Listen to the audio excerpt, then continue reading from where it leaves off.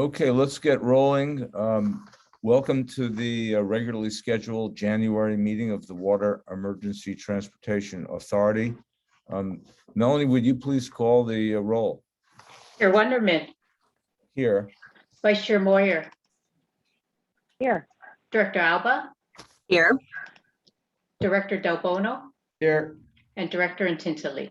Here. We have a quorum. Great. Thanks everyone for being here. This is the Board of Directors meeting of WETA. It's our regular meeting. It's being conducted via video conference only. It is being recorded.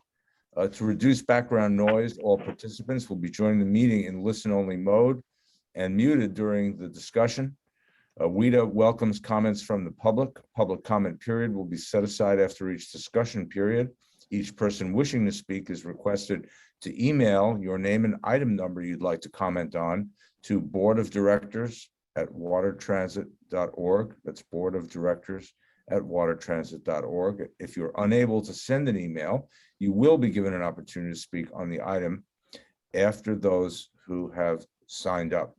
So I guess at this point, we're continuing to meet virtually, and I would just say I don't have a long report today, except to say that I think we all would agree we'd hoped to be in a little better shape when it came to COVID-19 as we entered 2022. And for a while, things were looking up, and then things started looking differently. And I think this Omicron variant has really taken hold, obviously, in the society, and a lot of people. I'm sure all of us know people who have it or had it, and it's spreading quite a bit. And so the different factions of government and policymakers are looking federally and regionally, locally at various requirements to address the fast spread, and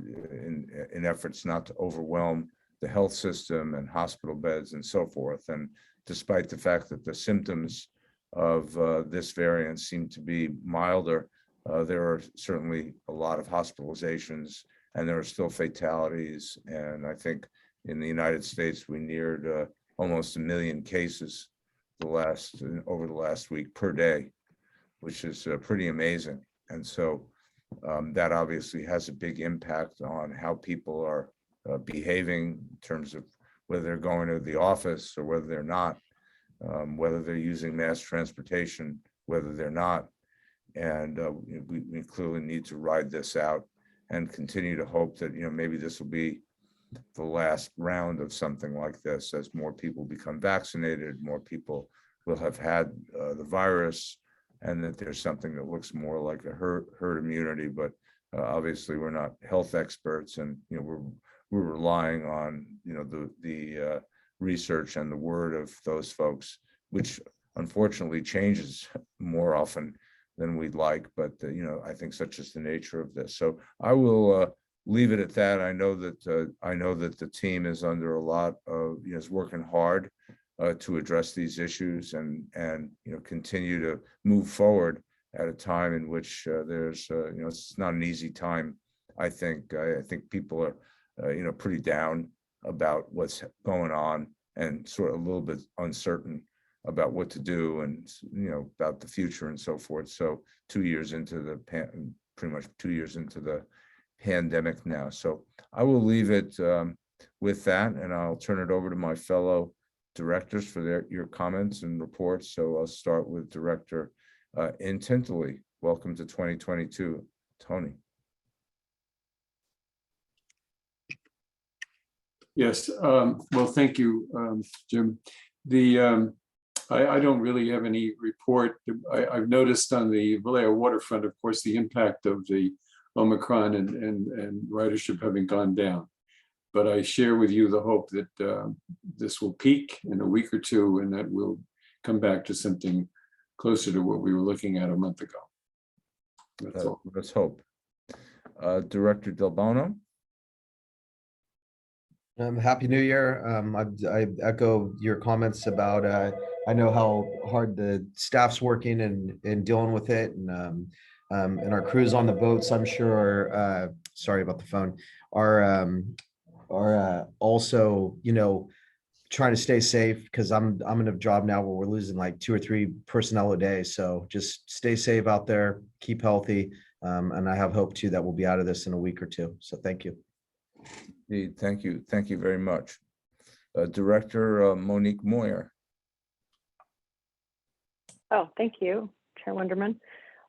So following up on your remarks, first and foremost, I'm not sure that everybody had a chance to see, but the Supreme Court did act, I think about 2 hours ago, and put forward a stay on the president's mandate for companies of over 100 employees, but did move forward with the mandate for healthcare workers. So that does mean that we have to continue our efforts at the agency level. So I do want to echo all of my colleagues. Thanks to the staff for the incredible work, and particularly those of our staff who are on the vessels themselves and on the docks and dealing with the public every day. It's such an important role that you play, and we really, really appreciate that. So thank you for that, and looking forward to seeing a peak in the U.S. the way that it has now peaked in the U.K., although I understand there's 2 variants behind it, so we'll see where we go. On a brighter note, I do really want to just acknowledge and commend the staff, and I think probably you personally, Thomas, for the really fun video with Clay Thompson and the beautiful timing of that for Clay Day, and really hope to see that reflected in the numbers. But if the Warriors can bring in the crowds that they can bring, and despite all that is going on, hope that that trickles over to us as well. So kudos to you for however that came about. That was awesome. So thank you. Congratulations. It's terrific. Thank you. And Director Jessica Alba. Thanks, Chair Wonderman. I do not have any other updates than saying Happy New Year and echoing what's already been mentioned here by my fellow directors. Looking forward to a hopefully engaging meeting as always. Thanks. Thank you. Thank you very much. With that, let me turn it over to Seamus and his team for the the staff report. Thank you, Chair Wonderman. First item that we wanted to report on is the PEPRA issue, the 13C determination that we talked about last month that would have held up some of our grants, including the COVID relief grants. And happy to report that the challenge that the state of California issued was granted. They received a stay of execution of the grants being held up. There will be a decision by the court, and if the court's comments are foreshadowing in any way, the decision will be the same as the decision was a few years ago, that the grants should not be held up because of this purported conflict between 13C and PEPRA, and transit agencies will see these funds reliably flow. But in the meantime, no urgent or immediate risk of these grants being held back. And so we will continue to monitor this, but good news on this front so far.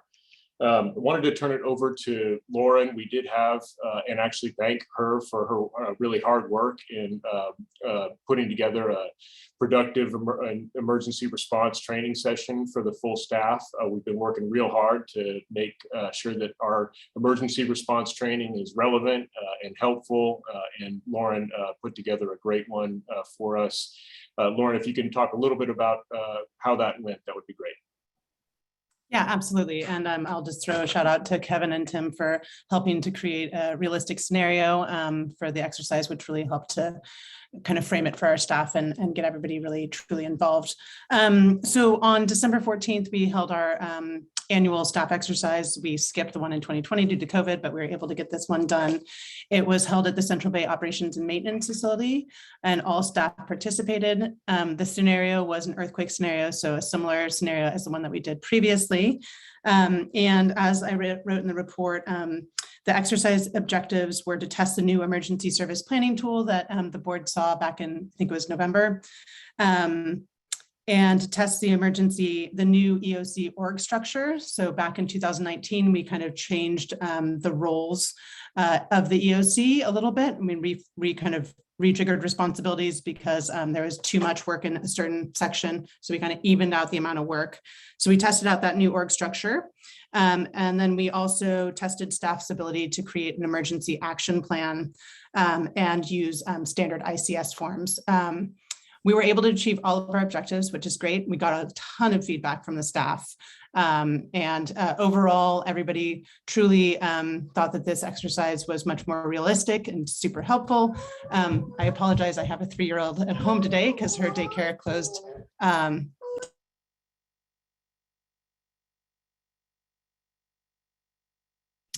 And sorry about that, wrong timing. And so staff's general feedback was that it was a really productive exercise. There is a lot of improvements. I was just going through the improvement plan with our consultants this morning. So it's in draft form right now, but we'll be putting together an after action summary with a whole list of recommendations for us to work through from anywhere from reformatting ICS forms, changing some of the processes, redoing our phone system, all different kinds of improvement plans. So that's a general overview, and I'm happy to answer any questions if anybody has anything specific they're curious about. Thank you, Lauren. Yeah, the tool in particular was really impressive. I heard comments from the staff about how conversations that used to take an hour for us to try and arrive on answers about how many vessels we might need or how long it might take to move a certain number of people. Those, answers happened immediately because of that tool. So congratulations to Lauren and the planning team for putting that tool together. And we're going to be continuing to look for ways to make our emergency response training even more effective and productive. You have financial reports, the federal and state legislative updates in your packet. Before I turn it over to Kevin for the monthly ridership and recovery report, just a housekeeping item on our February board meeting.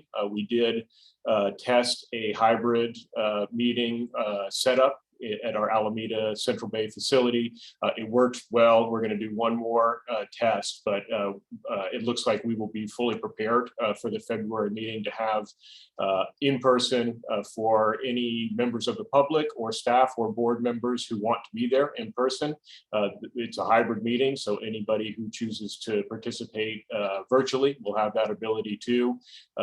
We will be masked, of course, but it is looks like it's a full go for the February meeting to do that. And I think that's an important step, and hopefully we will see some plateauing and decreasing of these case numbers between now and then so that people can feel even more comfortable in that environment. Can I ask a question about that? Sure. Seamus? So, in the event that, we don't get the best news in terms of plateauing, we have the opportunity to go fully virtual. Absolutely. Right? Yeah, absolutely. Even with this hybrid meeting, we would be approving the same resolution that's on the consent calendar for us to be able to move forward with a 100% virtual meeting. So if we need to make that call at the very last minute, even, we'll be able to do that. And for the board members, if board members are uncomfortable coming in person, can they still participate as a board member virtually? That's right. Yeah, it should be real seamless for board members, staff, or the public to participate either virtually or in person. Okay, thank you. On the ridership and recovery report, Kevin's going to talk to us a little bit about what we're seeing on the note of infections increasing for workers and transit workers. In our case, we are seeing some of that. We've seen a small spike in cases among crews and in our maintenance and engineering staff. Not so much that we've had to have any impact on service, but we are preparing with Blue and Gold's cooperation for potential impacts to service should the infections and crews that are impacted rise to a level that causes that. I think we are sort of the lucky ones right now. We have regular meetings with the other transit agencies around the Bay Area. All of them are seeing service impacts because of the infection rates, close contacts, and quarantines that are being required. So we're prepared for it. We know what we need to do if the numbers rise to levels that can't be accommodated, and so far they have not. But we are looking closely at that. Kevin, why don't you go ahead and give us the ridership and recovery report, please? Thanks, Seamus. We typically experience ridership decline during the holiday period, which we experienced again this time. As to form, we have not experienced any increase in ridership since the holidays. We're completely consistent with the other transit agencies in this regard. I just wanted to mention one thing, which is our initial estimate of ridership and revenue for the fiscal year really relied upon two things. One, better performance in weekend as well as midday and special event service, and that has definitely come to pass, and we've seen even stronger than we expected, particularly with the Warriors just mentioned. But the other side of it, and the more significant side, was a return of commute service at least to 50% levels. And we had expected that by the fall. That has obviously not occurred. So we will likely close out the fiscal year lower than anticipated in terms of both ridership and revenue. I'm just making this a marker now. We're halfway through the fiscal year, and we'll obviously keep on top of it throughout each monthly board meeting. Thank you. Thank you, Kevin. Monique, could I just ask you, from wearing your CBRE hat, are you folks seeing anything that would indicate that, what might happen after we do reach a plateau in terms of return to work? I don't know that I have anything really new to share from Bay Area Council. We survey, but I don't see any really new trends, but you may see things we don't. Yeah, thanks for asking. With respect to what we're seeing just in the Bay Area, primarily from the tech companies, is unfortunately more companies going to being less prescriptive about their return to office date, and really just deciding not to set a date. That said, Facebook has pushed their date out to March 24th, so they're holding tight to a date.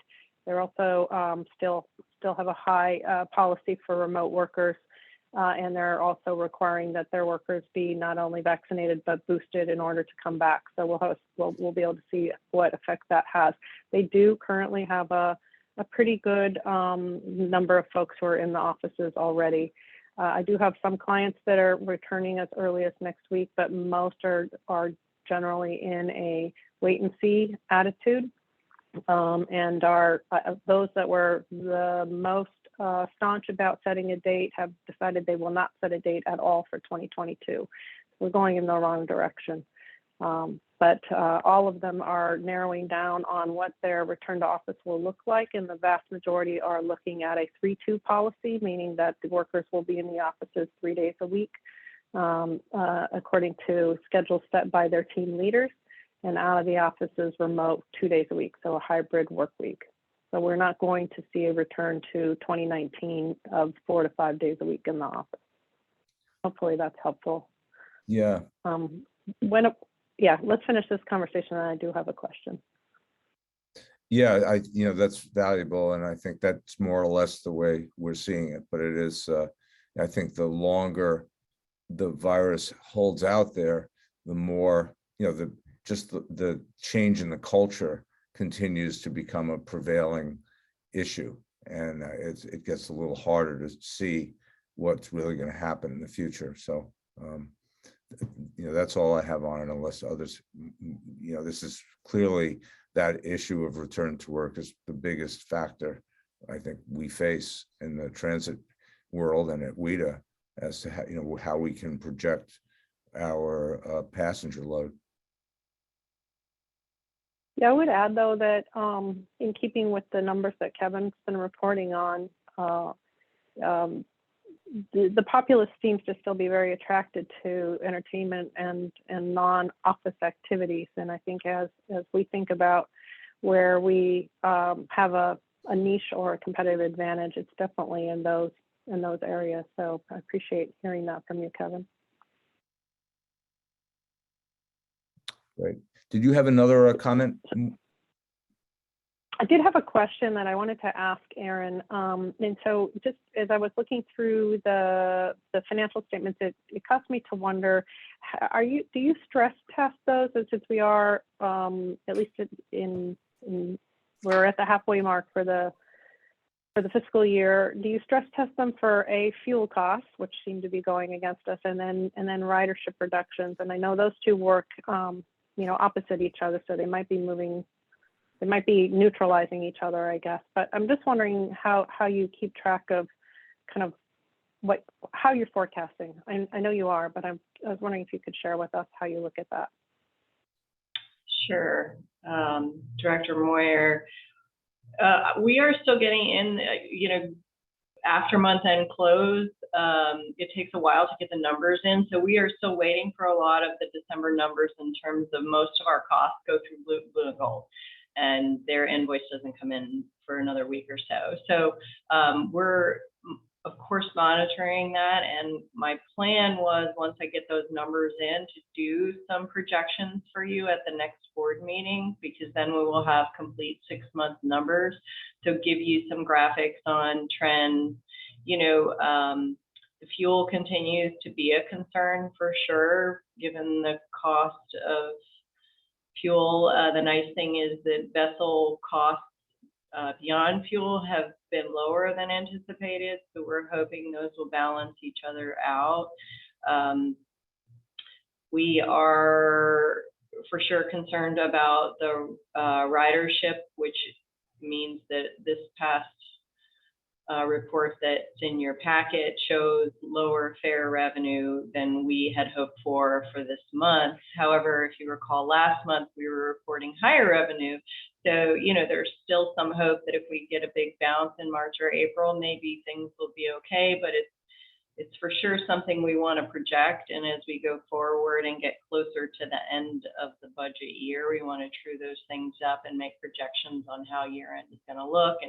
And ultimately, what all of these things mean for all of us and every transit agency in the Bay Area is, how long is your federal support going to last? When the budget was completed back in June, the general feeling and the projections that Lynn was doing was that the federal support would last us through next fiscal year, so fiscal year 23, right? So to the extent that things close worse than we anticipated, then that moves, the so-called fiscal cliff up a little closer than we wanted. And then there's a longer discussion that we'll have over the coming months as part of the budget process on what that looks like. So I do anticipate bringing all of those long-term projections to you in March, April timeframe, so that by the time the budget is before you for a vote, you have a good sense of at least where we are in the month that we're voting on the budget. I mean, at this point, we've kind of all gotten used to our projections being completely wrong, but we'll just go forward with projections and updating them as we go. Is that helpful? Yeah, very much so. And I think that this will be covered too, but it would be great to know if things continue to devolve in the fiscal year, which I certainly hope they don't, what levers we might have for corrections. It sounds like we're covered from the federal funds, but I want to make sure I understand that well. Yeah, that's definitely. Thanks, Aaron. That was really helpful. Sure. And I think also, as part of the business plan, these are issues we're going to be covering sort of long-term. What are our levers, and what service changes would you need to make if it's an ongoing 2-3 year long recovery, right? These are all the very good and very challenging questions we're all going to face over the next few months. Okay, thanks very much. Mm-hmm. Sobering. Thank you. If there aren't any other immediate comments or questions, we'll let you guys continue with your report. I think that concludes the executive director's report. We have a short agenda, Chair Wonderman, but don't get used to it. We do have a number of meaty items coming to the board over the spring. So I know we've reached out to schedule some special meetings, and that's in progress. And so we are going to do our best to balance that out. Right, we have noticed that. Okay, we won't get spoiled by this. So let's move on to, thank you for the report. And, good luck with all efforts to, keep operations strong and safe. And, we'll be checking in, of course, with you. On item number 6 is the consent calendar. Comes in 2 pieces. It's adopting a resolution regarding remote meetings pursuant to Assembly Bill 361, as well as approving the board meeting minutes from last month. Or does any board member want to split off either of these items?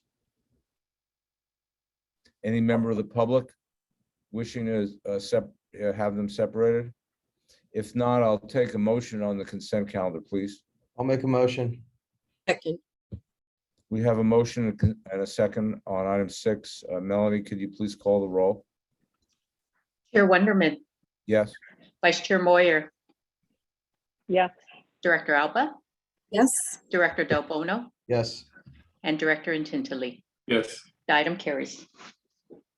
Thank you. Let's move to item number 7 as an action item, approving a contract award to Jacobs for construction management services related to the Alameda Main Street terminal refurbishment. Thank you, Chair Wonderman and members of the board. Chad Mason, Senior Planner and Project Manager with WETA.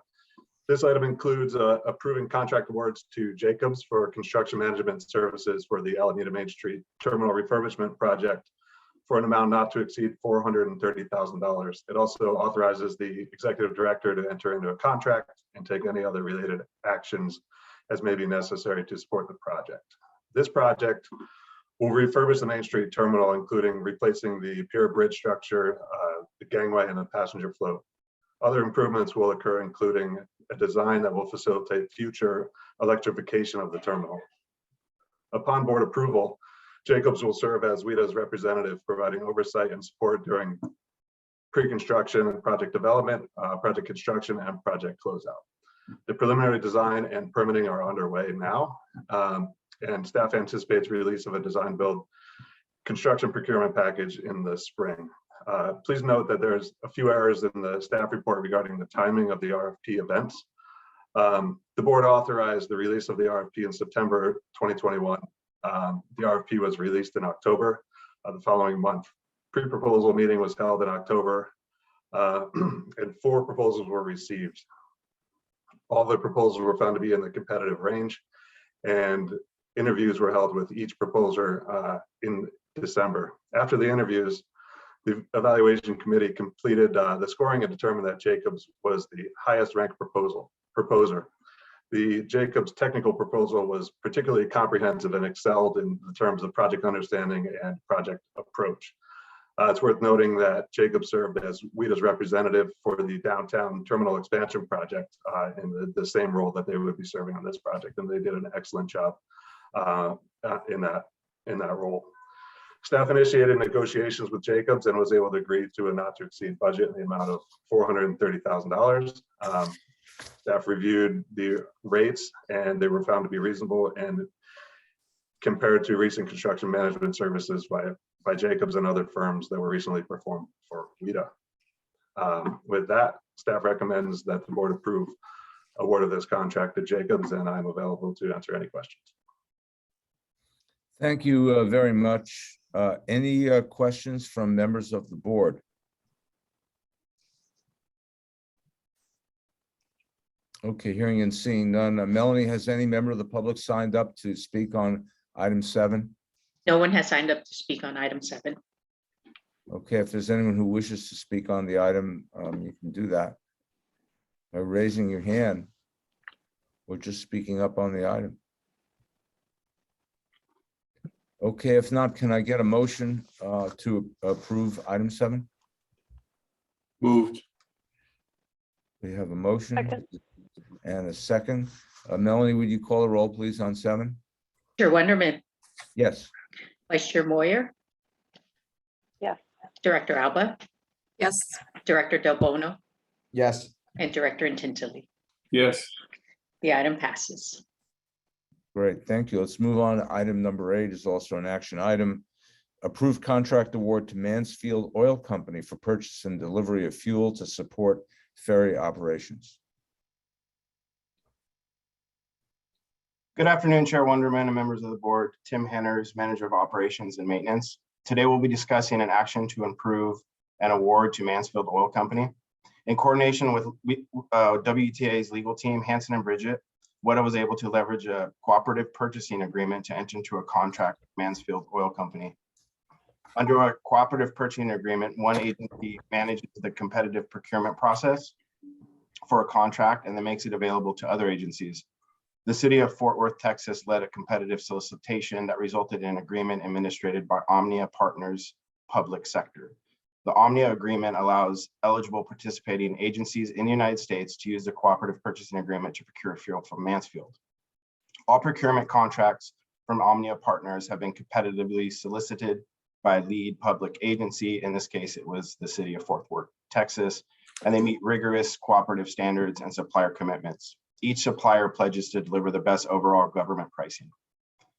Based on annual fuel consumption estimates, which has been volatile over the last couple of years, this represents at least a $58,000 annual savings compared to the 2016 contract pricing. In addition, out of the 5 suppliers that were available through the Omnia agreement, Mansfield was the only supplier that was able to offer pricing for R99/renewable diesel, which will be required by CARB on January 2023, assuming that the proposed CHC regulations are passed.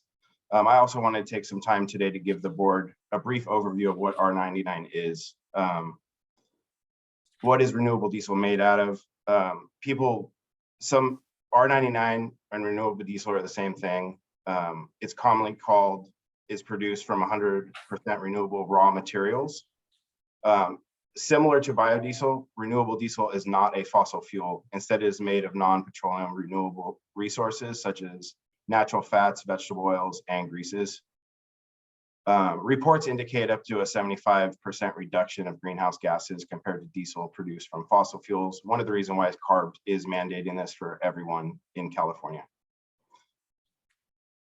As part of the proposed CHC regulations, as mentioned, they will be mandating the use of R99 starting January 1, 2023. So we wanted to make sure that we included this in this current contract, which will be spanning that. All WETA equipment is approved for use of R99, excluding our M2 engines. WETA has been working with M2 to test and ultimately approve the use of R99 on all our engines in our fleet. Staff is confident that approval from M2 will be given prior to the CARB mandate taking effect. Another great benefit to the Omnia agreement is Mansfield has agreed to guarantee deliveries within 24 hours and will prioritize deliveries to WETA during an emergency event. Thank you for your time, and I'm available to answer any questions related to this item. Thank you. Any questions to Mr. Hanners from the board?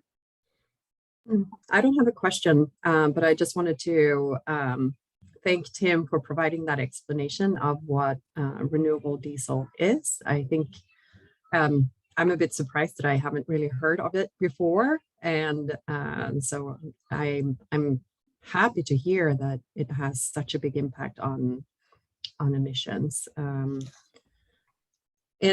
I'm also glad to hear that it doesn't impact the maintenance or operations of our vessels. And Tim, if you can just confirm that. Yeah, except for the M2 possibly. Yeah, we've actually been using R99 sparingly over the last couple of years. The board actually directed us to start looking into it. And the last supplier that we've been working with was M2. And part of the reason that they haven't approved it yet is because of their tier 4 configuration that was approved by the EPA without the use of renewable diesel. And so we've been working with that and doing some testing with them. And the Dorado, as soon as it arrives, it'll be, we're going to run a test program with M2 in conjunction with them. And that vessel will strictly receive R99. And we're putting together a testing plan with MTU to ultimately approve it for our entire fleet. And pricing is the R99, does it cost the same as regular diesel? It's really hard to predict fuel prices right now. R99 right now, since it's subsidized, it's in part by California, it's hovering around the same. Sometimes it's 10 cents more per gallon, sometimes up to 25 cents per gallon.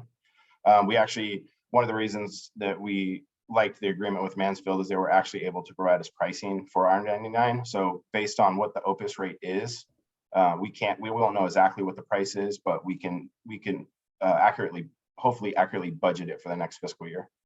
Great, fantastic. Thank you so much. Thanks for good question, Director Alba. Any other comments or questions from the board?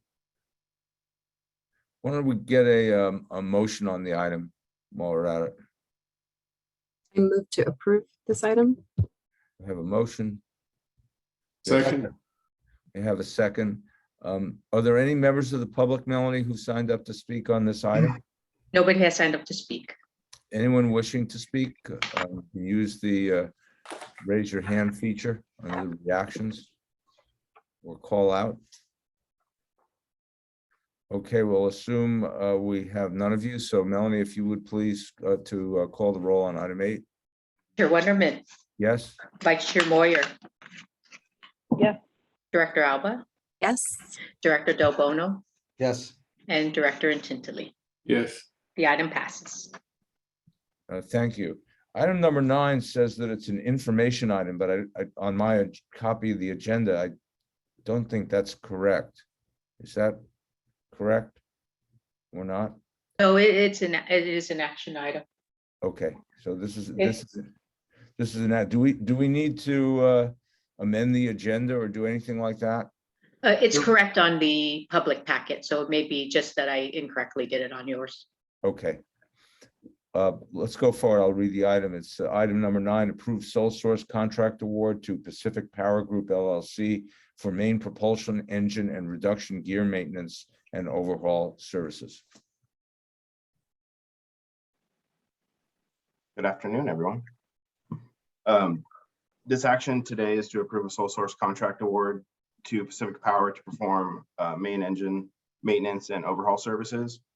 The amount of the contract is $1.2 million, and we'll be performing various maintenance and overhaul tasks on a series of vessels and engines and reduction gears throughout our fleet.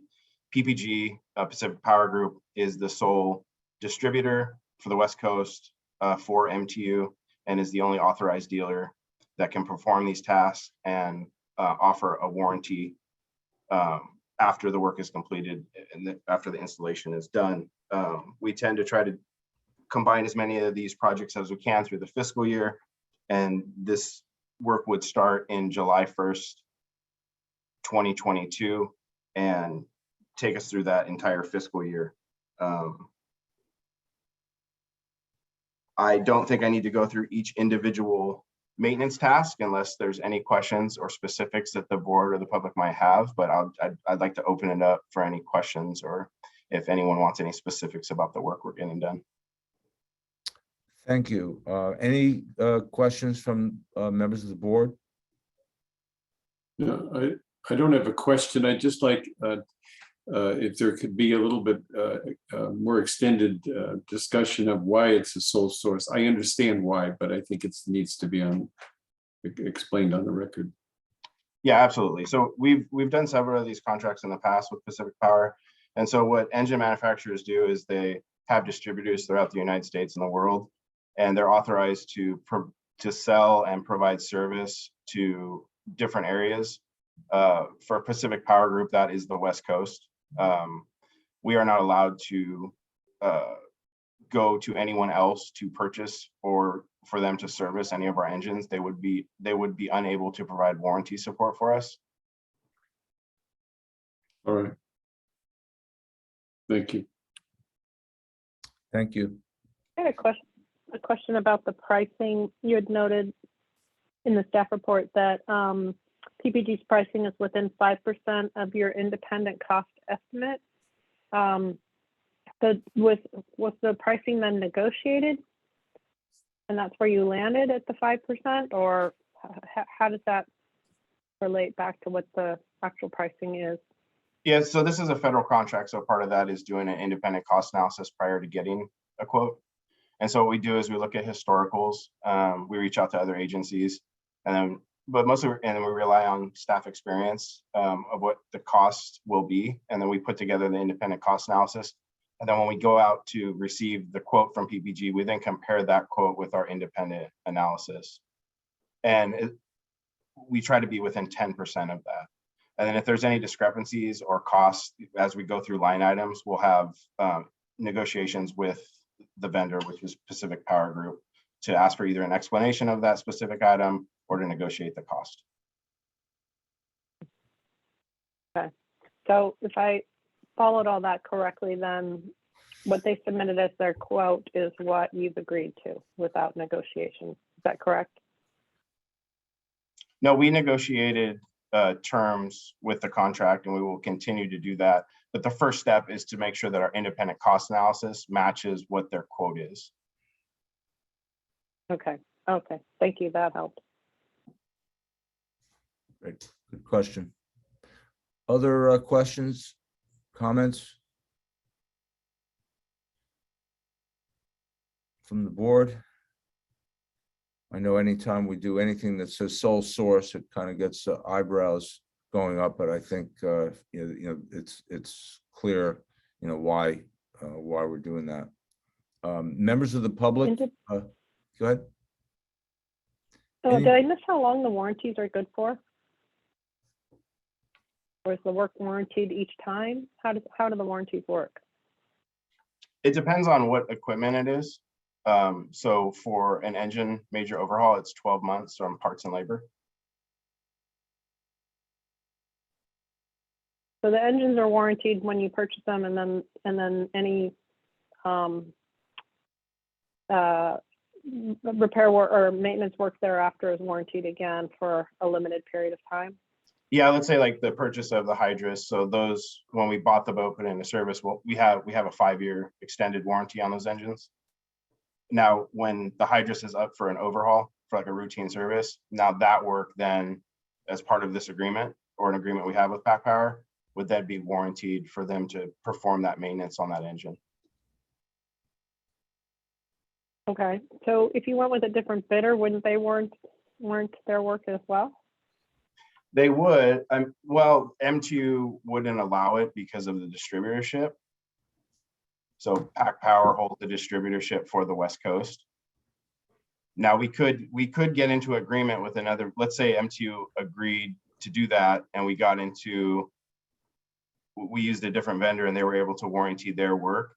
If we have an extended warranty that we purchased when we bought the boat, we would have some issues with that. Because then Pac Power, who holds that warranty, would then be having to uphold another warranty that was performed by a different contractor. Got it. So the original warranties are still outstanding. They haven't expired. Some of the boats they have, the Hydras class, the 4 boats on the Hydras class have not. We still are under warranty on those boats. The Pyxis class is still under warranty.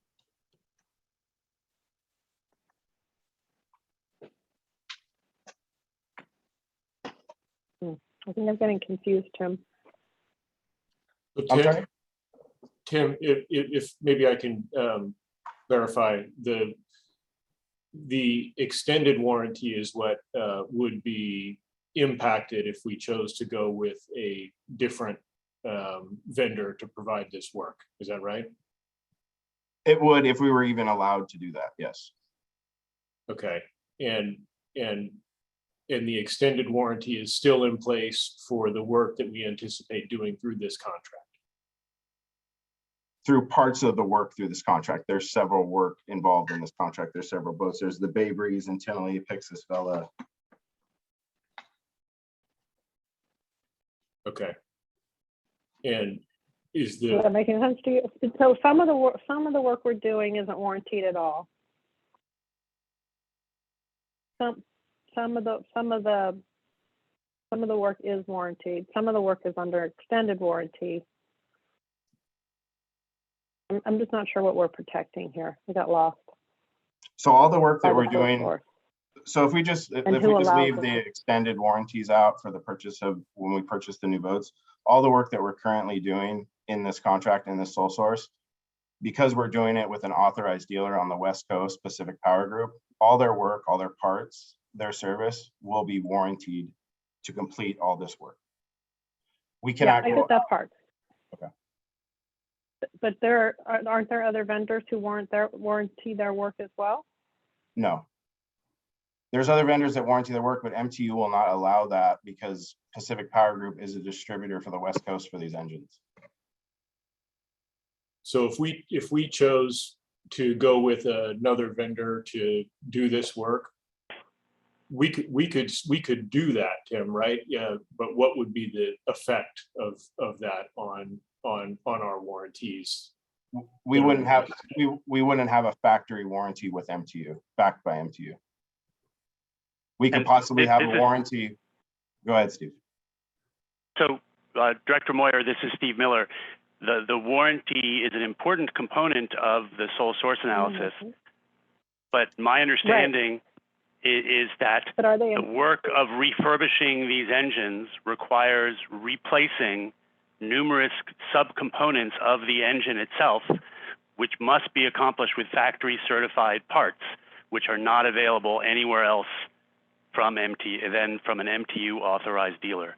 So even if we wanted to do repair work on these engines, we wouldn't have access to MTU certified parts, which would be important for any number of reasons. So the warranties that you're describing is an important part, but not the only part of a sole source analysis. Okay, I'm supportive. What I'm trying to understand is when we are done, what do we actually have warranties on? And so that explanation helped, Steve, but it sounded like a lot of the warranties have already expired, but yet we are a captive buyer. And so your explanation explained why we are a captive buyer. That's what I was trying to get to.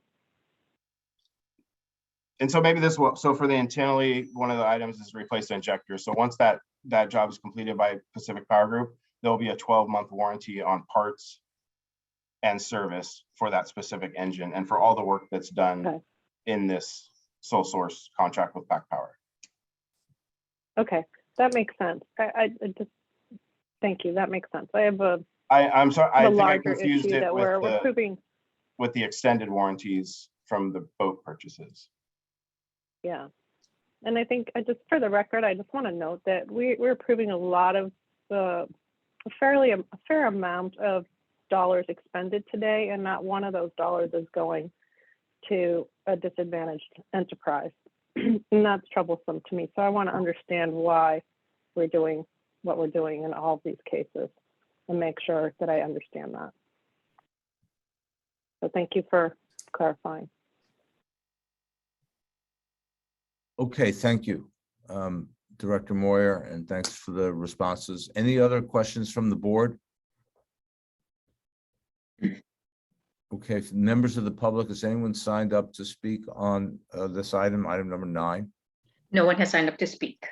Would anyone like to address item number 9 from the public? Raise your hand or speak up. Okay, let's close the discussion then on item number 9. And let's get a motion, please. Move approval of the recommendation. We have a motion. Do we have a second? Second. We have a second. All right. Can we call the roll on this item? Chair Wonderman, Yes. Vice Chair Moyer, Yes. Director Alba, Yes. Director Del Bono, Yes. and Director Intintili. Yes. The item passes.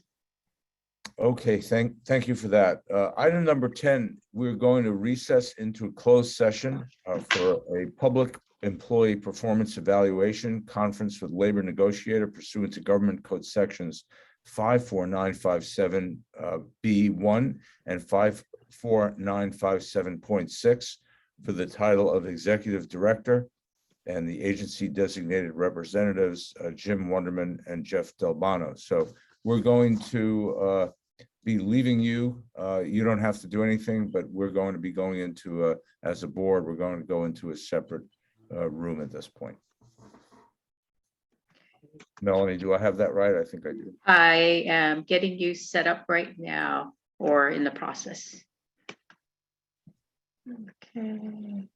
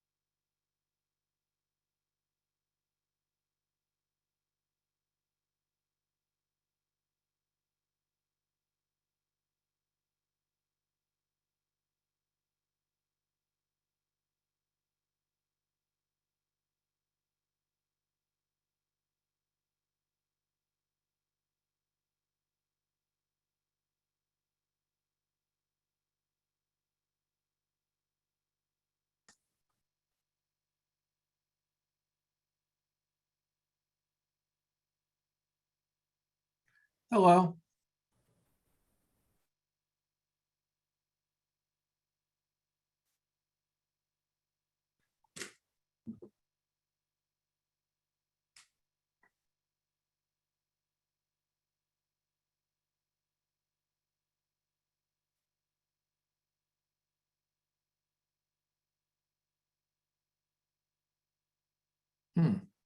But maybe we're not in closed session. Maybe that's the problem here.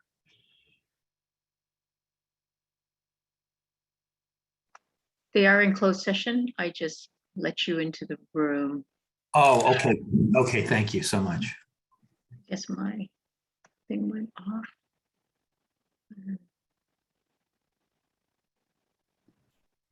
Hi, I'm sorry. I'm John Holtzman's legal assistant. Could you please add me to the closed session as well? I need to help him screen share documents.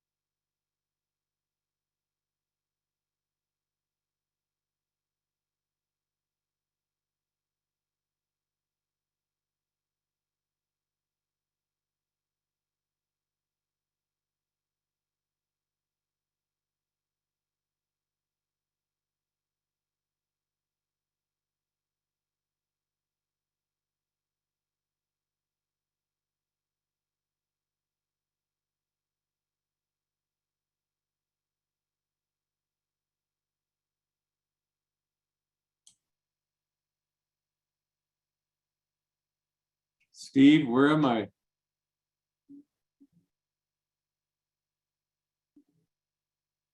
Hi, Director Intentily. You are back in the main room Okay. where we are just awaiting the President and Director Del Bono and Executive Director Murphy to rejoin us and restart the open Okay. session of the meeting.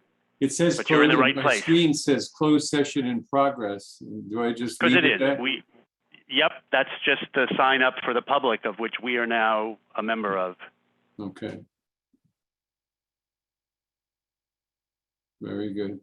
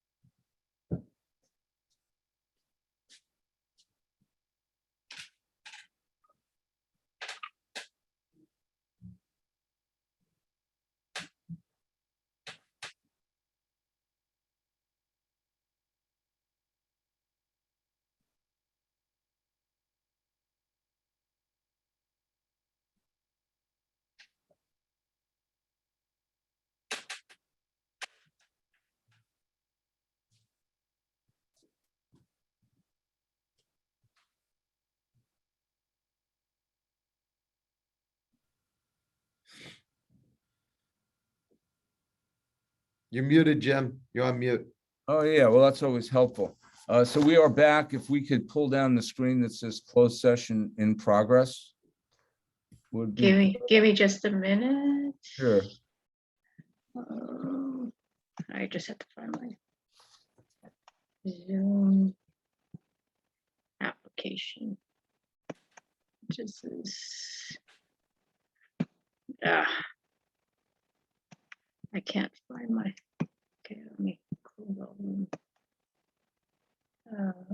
Okay, Take your time. We'll get there. thanks.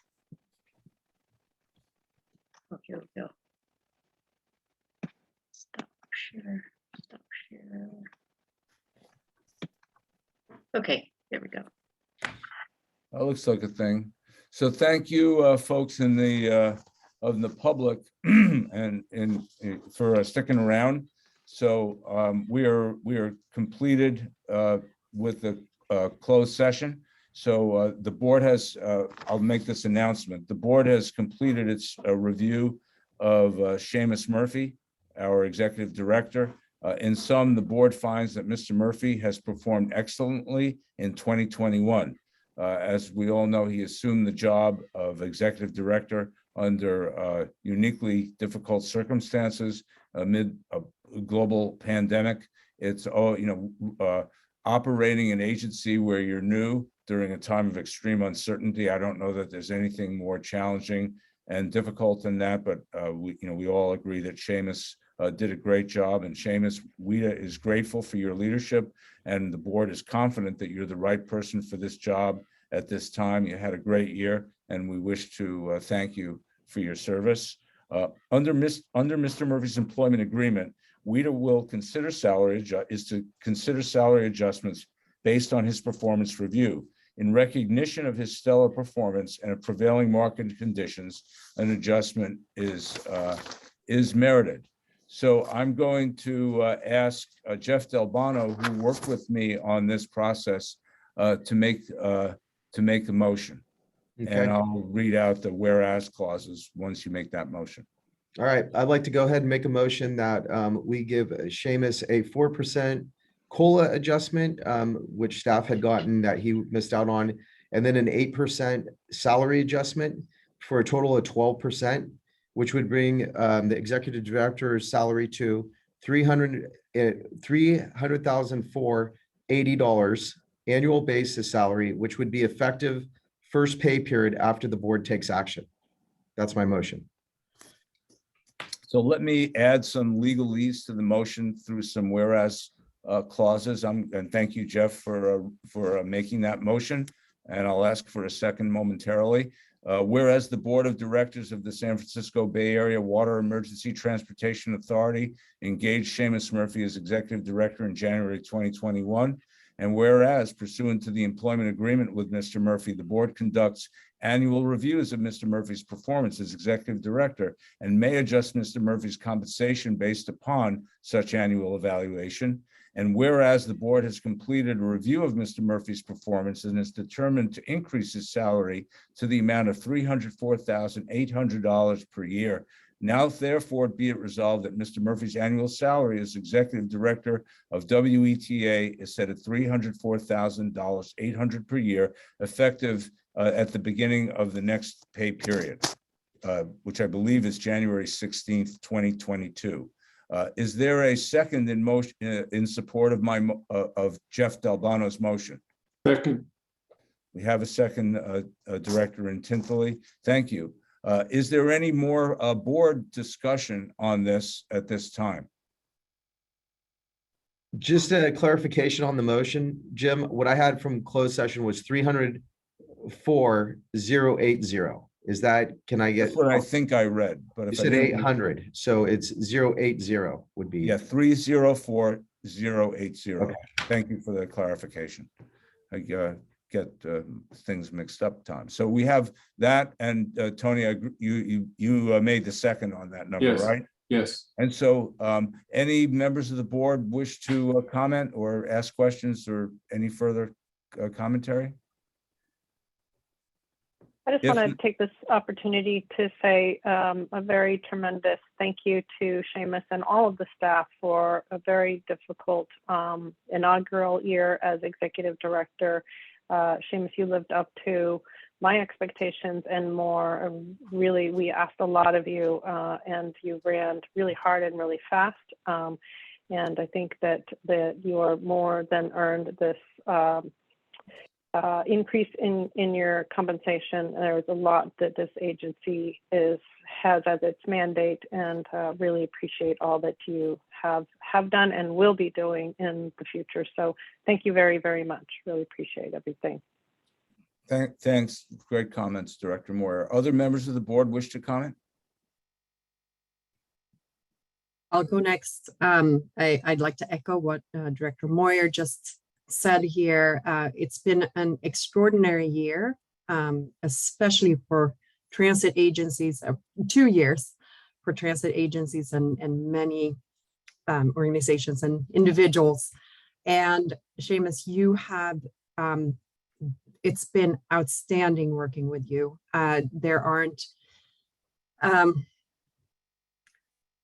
We were lucky to get you at the time when we did. The pandemic recovery program, all the incredible work on pushing our emissions plans for the future, and the tremendous amounts of work that your staff has been doing over the past year is much thanks to you. And it's so exciting to be part of the organization or be on this board and having you in this role. And I can't wait to see what the next year, knowing that we're going into additional challenges and funding challenges as well. So thank you for being here with us and making this board position so exciting for me, especially. Thank you. Yeah, Thanks, so, Director Jim, Alba. I'd like to speak too. Just, I already said all the nice things about Seamus that I could say in closed session. I repeat what my board members say, but I also want to point out that, you have the opportunity and the honor of leading a really good team. What we're doing for you here is reflective because we can do it for you of how I feel about your team. And honoring you with a wage increase and things like that. And that team includes, and I just have to say, for the people out there that I don't have control over, every single person on those boats, those deckhands and those pilots, the people that work in our maintenance shops, because I know how hard they work and what a rough year it's been. And, I hope for better times, and I hope to see that, we're able to support and honor each one of our team at WETA, but not only that, but our extended family that's working on those boats and out there working hard to make that service work. So thank you, guys. Thank you, Director Delbano. Tony, did you want to add anything?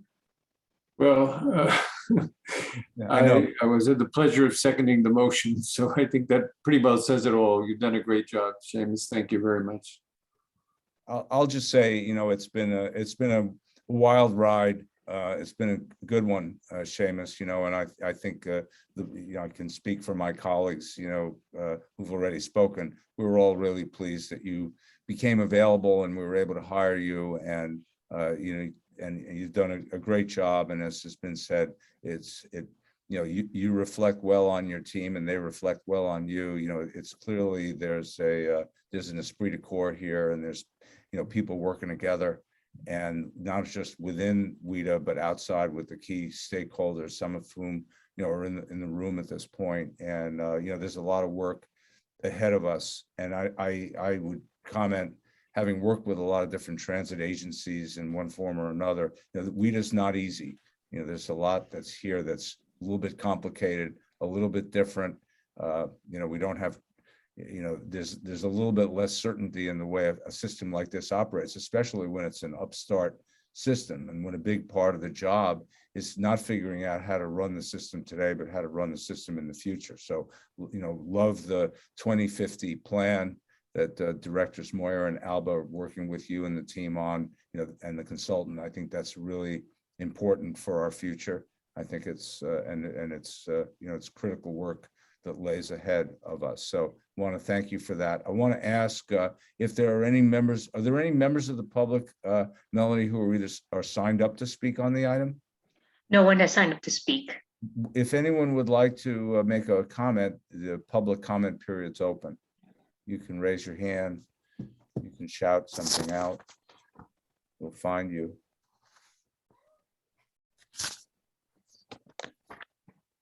Okay, well, thank you. Thank you to the members of the public who are part of the WETA family. We couldn't do it without you. And as Jeff said, thank you to all of the people who work for WETA, who work for Blue and Gold, who operate the vessels and get such great, great credit from our riders for doing such a, consistently amazing job. So I will close the public comment period. We have a motion and a second before us, and Melanie, I'll ask you to call the roll. And after we call the roll, I'm going to ask, assuming we get a positive vote here, I'm going to ask Mr. Murphy to make a couple of comments. Chair Wonderman.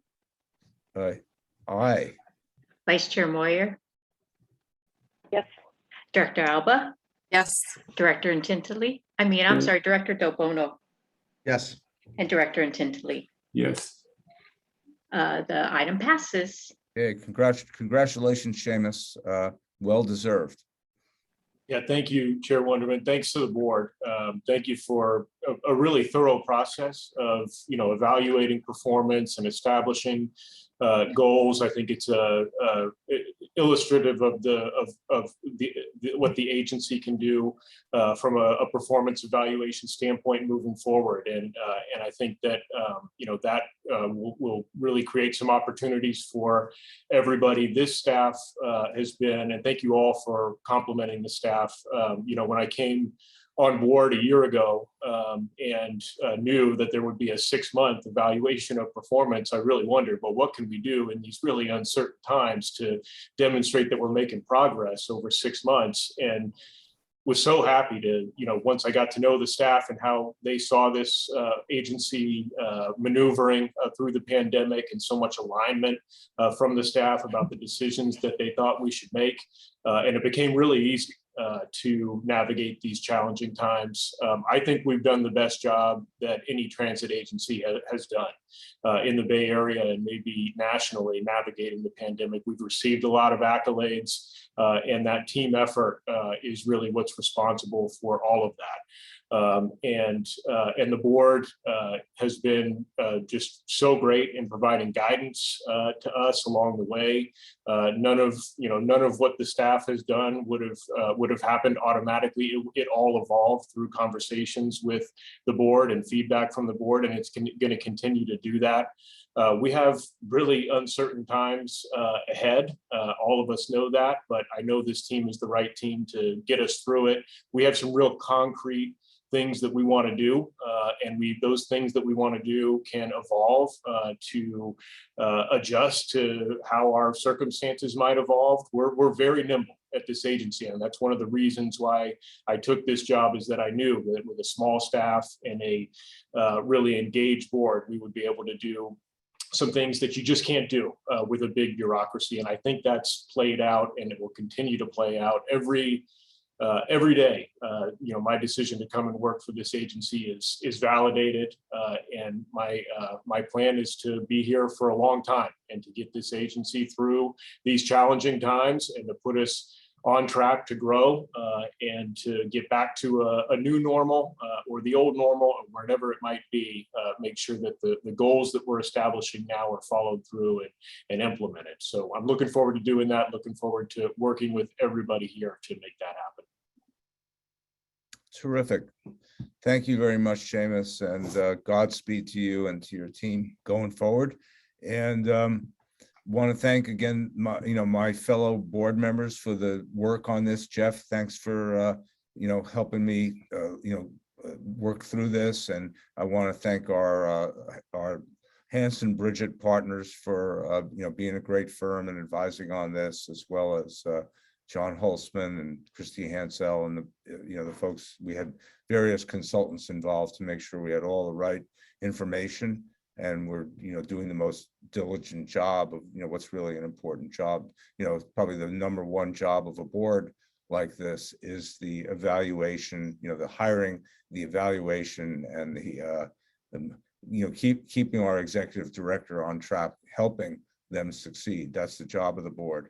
And I think the board has done a really good job of that. And I'm very proud of this group of individuals. So thank you, everybody. With that, we will adjourn the meeting today, and we will see you soon, and ride the ferry.